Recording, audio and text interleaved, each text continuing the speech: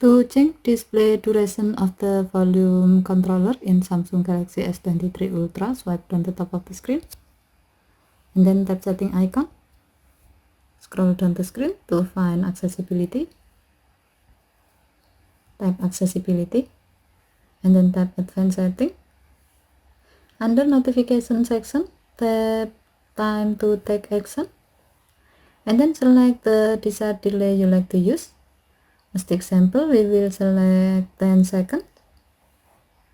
By choosing this option, when you press the volume up or down keys to adjust the volume level, your phone will display the volume controller for 10 seconds before it will disappear again.